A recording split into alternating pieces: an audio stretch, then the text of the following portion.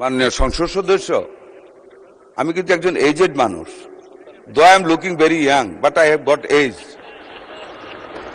Don't get nervous, I am fit.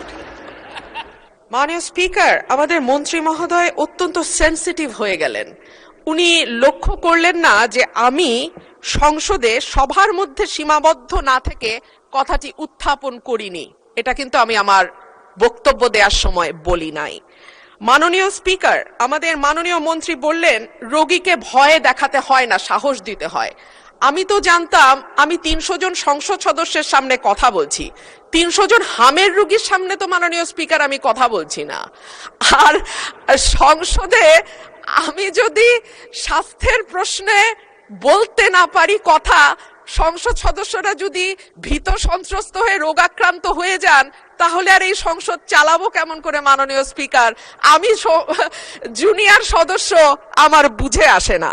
যাই হোক, স্বাস্থ্য অধিদপ্তর জানিয়েছে সর্বশেষ 20 দিন 15ই মার্চ থেকে 4 এপ্রিল 98 জন শিশু সন্দেহজনক হামে মারা গেছে, আর নিশ্চিত মৃত্যু হয়েছে 16 জন। সর্বশেষ 24 ঘন্টায় সন্দেহজনক হামে মারা গেছে 4 জন, নিশ্চিত হামে 2 জনের মৃত্যু হয়েছে। তবে গত 2 সপ্তাহে প্রথম আলো দেশের বিভিন্ন হাসপাতাল কর্তৃপক্ষের সঙ্গে যোগাযোগ করে হামে মৃত্যুর সংখ্যা 61 বলে জানিয়েছে। দেশে হামে মৃত্যু হার ছিল 10 লাখে 1%, আর এখন তা বেড়ে হয়েছে 16.8%। আরো পরিসংখ্যান দিতে পারি মাননীয় স্পিকার, কিন্তু আমি পরিসংখ্যান দেব না। আমি একটা কথা বলি, এই সংসদে যারা বসেছেন আপনারা কোনো না কোনো সন্তানের পিতা, এবং বলা হয় সন্তানের পিতার কাঁধে সন্তানের লাশের চেয়ে আর ভারী কিছু হইতে পারে না। এই যে আমরা যে পরিসংখ্যানগুলো দিচ্ছি মাননীয় স্পিকার, এই শিশুগুলো কোনো না কোনো পিতার কাঁধে কবরে গেছে। সুতরাং এটাকে কেবল পরিসংখ্যান হিসেবে না দেখে একটা মায়ের কান্না, একটা পিতার আর্তনাদ, একটা পরিবারের ধস, এবং চিরজীবনের জন্য একটা পরিবারে যে শোক নেমে আসে, সেটার দিকে আমরা একটু তাকাই। মাননীয় স্পিকার, আমি মাননীয় মন্ত্রীর কাছে প্রশ্ন রাখছি। প্রথম আলোর খবর জানাচ্ছে শুধু হাম নয়, 10 রোগের টিকার সংকট দেখা দিয়েছে দেশে। ইপিআই এর কেন্দ্রীয় গুদামে BCG, penta, BOPV, PCV, MR, TV এই 6 টিকার মজুদ শূন্য। আইপিডি ও টিসিভি টিকার যে মজুদ আছে সেটা দিয়ে চলবে আগামী জুন পর্যন্ত। এরপরে কি হবে সেটা যদি মাননীয় মন্ত্রী আমাদের জানান তাহলে সুবিধা হয়। ধন্যবাদ মাননীয় স্পিকার। স্বাস্থ্য পরিবার কল্যাণ মন্ত্রী। মাননীয় স্পিকার, আপনাকে ধন্যবাদ। মাননীয় স্পিকার, মাননীয় সংসদ সদস্য সেনসিটিভ শব্দটা ইউজ করেছেন, কি কারণে আমি বুঝতে পারিনি। আমি তো ওনার প্রতিটা কথার জবাব দিয়েছি ওনাকে ইজ্জত করার স্বার্থে। আই হ্যাভ নট অ্যাভয়েডেড হার। এখানে সেনসিটিভ কি হলো দেওয়া সঠিক হয় নাই, বা জবাব দেওয়া উচিত হয় নাই। যাক, উনি যেমন বুঝছেন তেমনই বলছেন। I am not sensitive. এখানে সেনসিটিভ আর কোনো জায়গা নাই, এটা অন্য জায়গায়, এটা এখানে না। আর সন্তানের পিতা আমরা সবাই আল্লাহর রহমতে, কাজে আমাদের দরদ আছে। সন্তান মারা গেলে পিতার কাঁধে যে এটার ভার কত বেশি এটাও কিন্তু জানি। এই মিজেলসে মাননীয় সংসদ সদস্য, আমি কিন্তু একজন এজেড মানুষ। Though I am looking very young, but I have got age.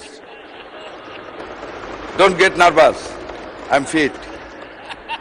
মাননীয় স্পিকার, আমি মিজেলসের ওয়ার্ড কিন্তু ভিজিট করেছি despite of my health risk, এবং I cried in Mohakhali infectious disease hospital after the first death of a child due to the lack of intensive care unit at that infectious disease clinic.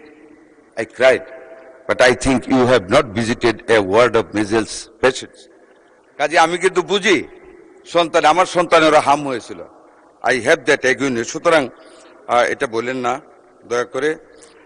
আরেকটা জিনিস আপনাকে বলি, পরিসংখ্যান বিষয়ে একটু দয়া করে ক্রস চেক করবেন। শুধু একটা পত্রিকায় উঠলে এটা আপনি আনছেন, আপনার কোনো দোষ নাই। I am not blaming you মাননীয় সংসদ সদস্য, বাট একটু ক্রস চেক করেন। এই গভর্নমেন্ট আমরা কিন্তু we are committed to the welfare of the people. We are committed to do something under the leadership of able leadership of mister Tarique Rahman, the honourable prime minister. কাজে একটু cross check করেন। যে এই জিনিসটা আপনি দিয়েছেন মৃত্যুর ঘটনায়, আপনার মুখেই কিন্তু একটু কন্ট্রাডিক্টরি বলেছেন। একখানে 98টা মৃত্যুর কথা বলেছেন, আবার নিশ্চিত মৃত্যুর কথা বলেছেন। নিশ্চিত ওয়ার্ডটা এবার ইউজ করা হয়েছে regarding the death only due to the measles attack, যেটা ওয়ার্ল্ড হেলথ অর্গানাইজেশন তারা যেটা নিশ্চিত করেছে। আমাদের 41 জন রোগী আমাদের এই পর্যন্ত ওয়ার্ল্ড হেলথ অর্গানাইজেশনের এবং ইউনিসেফের যৌথ সমীক্ষায় ডিউ টু মিজেলস মারা গেছে মাননীয় সংসদ সদস্য। আর আপনি যেটা বলেছেন যে সংসদে বলা, আমি কিন্তু আপনাকে সংসদে বলতে নিষেধ করিনি মাননীয় সংসদ সদস্য। মাননীয় স্পিকার, আমি ওনাকে বলেছি যে হাম হইলেই ভবিষ্যতে আমাদের সব শিশু ধ্বংস হয়ে যাবে। করোনার পরেও বলা হয়েছিল যারা করোনার ভ্যাকসিন নিচ্ছে সকল মানুষ, কেউ পঙ্গু হয়ে যাবে, কেউ কিডনি ফেল হয়ে যাবে। কিন্তু করোনা কিন্তু অনেক বছর হয়েছে, চলে গেছে, আমাদের কিডনি এখনো ঠিক আছে। আমিও করোনার টিকা নিয়েছিলাম। কাজে আমি কথাটা বলেছি, আমাদের মুখ থেকে হ্যাঁ আশঙ্কা থাকবে, কিন্তু মানুষকে আশঙ্কায় ভুগতে আমরা দিব না। এটি মাননীয় সংসদ সদস্যদের দায়িত্ব। আমরা আইন করব জনগণের স্বার্থে। এইখানে আমি আপনাকে এই জন্য কথাটা বলেছি, হাম হলে তাইলে কিন্তু মায়েরা অনেক কান্না শুরু করবে যে আমার সন্তানের বোধহয় ভবিষ্যৎ চলে গেল। Only for that end in view মাননীয় সংসদ সদস্য আমি বলেছি প্যানিক না সৃষ্টি করার জন্য। আমরা কিন্তু ফাইট করতেছি মাননীয় স্পিকার এটার বিরুদ্ধে। আশা করি মাননীয় সংসদ সদস্য ভবিষ্যতে আমাদেরকে ওনার ধারণা দিয়ে, জ্ঞান দিয়ে যাতে সেন্সিটিভ না হই আমাদেরকে সাহায্য করবেন।